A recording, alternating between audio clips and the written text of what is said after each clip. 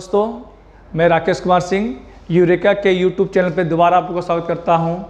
और आज हम एसएसटी में ज्योग्राफी के एक बहुत ही इंटरेस्टिंग टॉपिक पे बात करेंगे। वो है विंड या एयर प्रेशर, यानी पवन या वायु दाब। अक्सर हम सुनते हैं पवन और वायु, एयर या विंड, हम कंफ्यूज होते हैं दोनों में अंतर क्या होता है, और अंतर होता तो होता क्या इसमें, ना तो कोई समझा पाता है ना ही कोई बता पाता है, और आपस में हम कंफ्यूज रहते हैं। तो आज मैं समझाऊंगा एयर और विंड में डिफरेंस क्या होता है। तो हम देखते हैं ये कैसे काम करती है पूरी प्रोसेस। यहां हम देखेंगे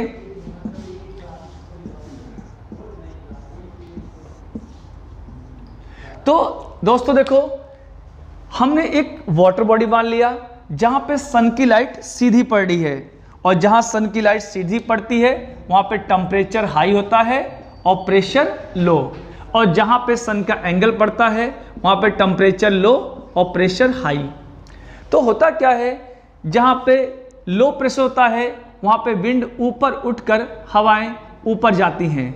मान लो यहां से पानी 5% ऊपर उठ गया और ये उठा हुआ पानी कहीं जाकर बैठ रहा है, तो जहां बैठेगा वहां वाटर का लेवल थोड़ा सा ज्यादा हो जाएगा और इसके सहारे एक पवन चलना स्टार्ट कर देगी। तो ध्यान रखिए दोस्तों, तो जो ये ऊपर की ओर उठी है वर्टिकल, इसे बोलते हैं हम लोग एयर यानी वायु, और जो हॉरिजॉन्टल मूवमेंट होता है इसे बोलते हैं पवन या विंड। अगर इसको और अच्छे समझना हो तो बच्चों, गांव में आपने सुना होगा, गांव में लोग बोलते हैं पूर्वा पवन और पछुआ पवन। कभी उनकी लोकल लैंग्वेज में आप लोगों ने सुना कि दक्षिणवा पवन या उत्तरवा पवन? नहीं, क्योंकि विंड हमेशा हॉरिजॉन्टल मूवमेंट करती है, और हॉरिजॉन्टल में दो ही डायरेक्शन बनेंगे, ईस्ट या वेस्ट। वहीं जब पानी गर्म होके ऊपर उठता है तो उससे क्या, उससे एयर बनती है। इसलिए ध्यान रखिए, जो एयर होती है वो हमेशा नॉर्थ साउथ यानी वर्टिकल मूवमेंट करती है।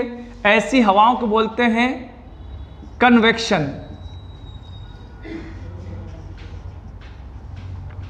और जो हॉरिजॉन्टल चलती है उन्हें बोलते हैं एडवेक्शन,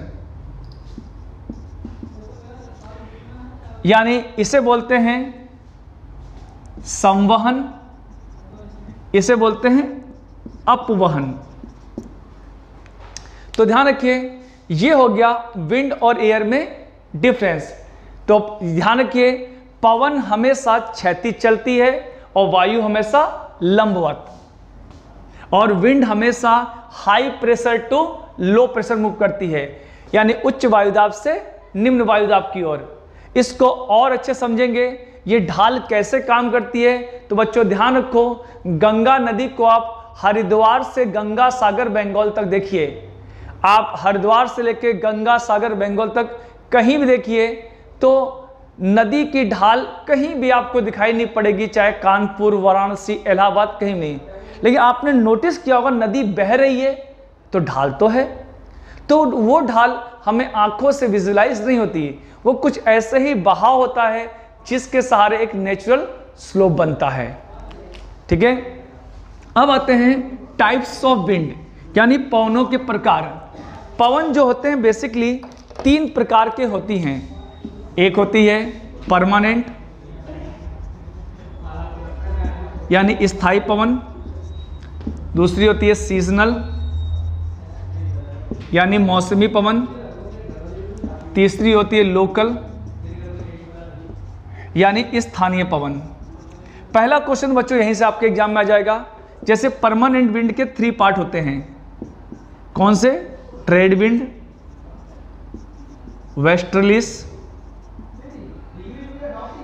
और पोलर यानी व्यापारिक पवन, पछुआ पवन और ध्रुवीय पवन। मौसमी में हो जाएगा मॉनसून पवन, और तीसरे में जाएगा लू, चिनुक या लैंड ब्रिज या सी ब्रिज। इसे हिंदी में बोलते हैं स्थलीय समीर या जलीय समीर। तो पहला दोस्तों क्वेश्चन तो यहीं से आएगा। ये 3 पौने हैं जिन्हें हम परमानेंट या स्थायी बोल रहे हैं, जैसे व्यापारिक पौने, पछुआ पौने, ध्रुवीय, ट्रेड, वेस्टर्लीज, पोलर। तो 3 यहां से उठाएगा और एक यहां से मॉनसून, और पूछेगा इनमें से कौन सी परमानेंट नहीं है। तो हम इनको एक एक करके समझेंगे ये काम कैसे करती हैं। दोस्तों यहां से स्टार्ट ना करके हम लोग यहां से स्टार्ट करेंगे। ये बहुत इंटरेस्टिंग है और छोटा सा है और बड़ी जल्दी आप लोग समझ जाएंगे, और यहां से सीधे सीधे आपके एग्जाम में क्वेश्चन आते हैं। और लोकल पूछेगा तो लोकल में लू, चिनूक, लैंड ब्रिज, सी ब्रिज। जैसे आपने दोस्तों सुना होगा इसमें कि मुंबई, चेन्नई, कोलकाता में ना तो बहुत गर्मियां पड़ती हैं ना ही बहुत ठंडियां। वहीं दिल्ली में आप सुनते हो गर्मी भी बहुत पड़ती है, ठंडी बहुत पड़ती है। तो इसका इंपैक्ट क्या पड़ता है, वो असर डालती है आपकी लैंड ब्रिज और सी ब्रिज। ये कैसे काम करती है ये समझते हैं हम लोग। यहां पे सन की लाइट का हम एंगल नहीं लेंगे, सीधे मानेंगे।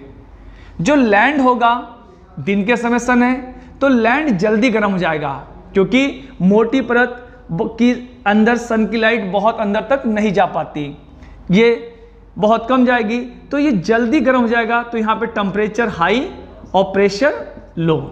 वही पानी के अंदर सन की लाइट 200 मीटर तक जाती है और पानी गर्म होने में टाइम ज़्यादा लगेगा, इसलिए यहाँ पे टेम्परेचर लो और प्रेशर हाई। तो दिन में क्या होता है, जब जमीन पे गर्म होकर हवाएं ऊपर उठती हैं तो ये हवाएं उठकर यहाँ पर बैठ रही होती हैं, और यहाँ पे जब हवाएं उठती हैं तो यहाँ पे एयर का प्रेशर कम हो जाता है और यहाँ पे हाई। तो इस लो प्रेशर को फिलअप करने के लिए यहाँ से हवाएं चलती हैं, समुद्र से ठंडी हवाएं, जिससे यहाँ के लोगों को दिन के समय में राहत फील होती है। इसलिए समुद्र से चलने के कारण इन हवाओं को हम लोग क्या बोलते हैं, सी ब्रीज या जलीय समीर। तो पहला क्वेश्चन क्या आएगा, दिन के समय क्या चलती है, जलीय समीर, या समुद्र से स्थल पर चलती क्या, जलीय समीर। और ये घटना कब होती है, दिन के समय। अगला होगा इसका पार्ट बच्चों,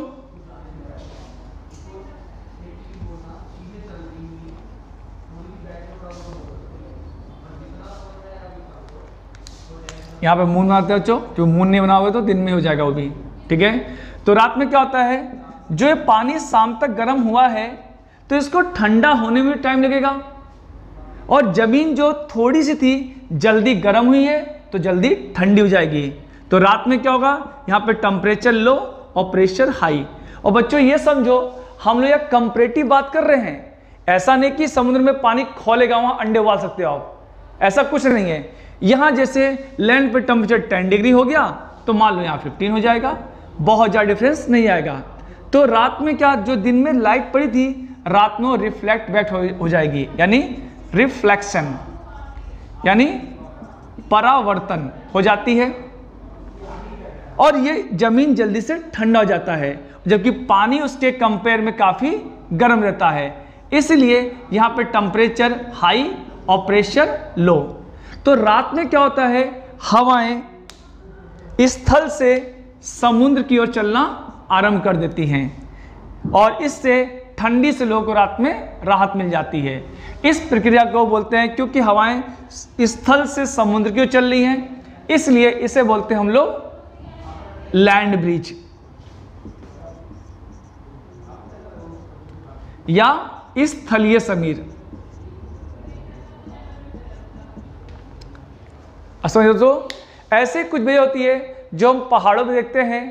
पहाड़ों में भी क्या होता है, आप देखते हो पहाड़ों के ऊपरी भाग में मौसम अलग होता है और निचली भाग में अलग होता है। जैसे जब दिन के समय सन की लाइट पहले पड़ती है टॉप पे, तो यहाँ पे टेम्परेचर हाई और प्रेशर लो। इसे कंपेयर में लोअर पार्ट में टेम्परेचर लो और प्रेशर हाई।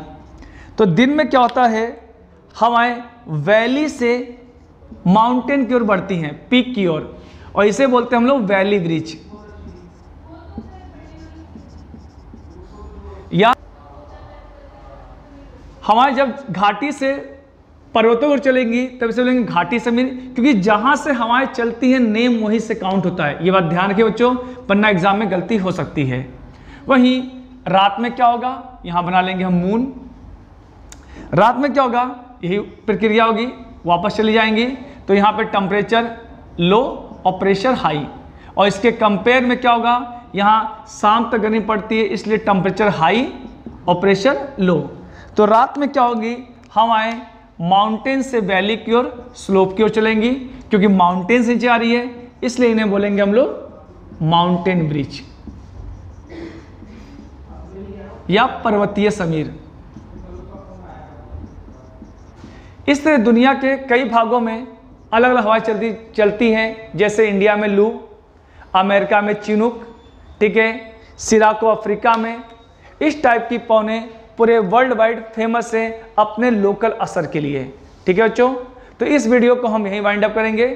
अगले पार्ट में हम लोग परमानेंट विंड की बात करेंगे, जिसमें व्यापारिक, पछुआ और ध्रुवीय पवनों की बात की, क्योंकि वो थोड़ा बड़ा टॉपिक है, उस पर हम अलग से वीडियो बनाएंगे, जिसमें हम डोल्ड्रम की बात करेंगे, हॉर्स लैटिट्यूड की बात करेंगे, कैसे समुद्री धाराएं बनती हैं, मरुस्थल कैसे बनते हैं, ये सारी बातें विस्तार से करेंगे। धन्यवाद।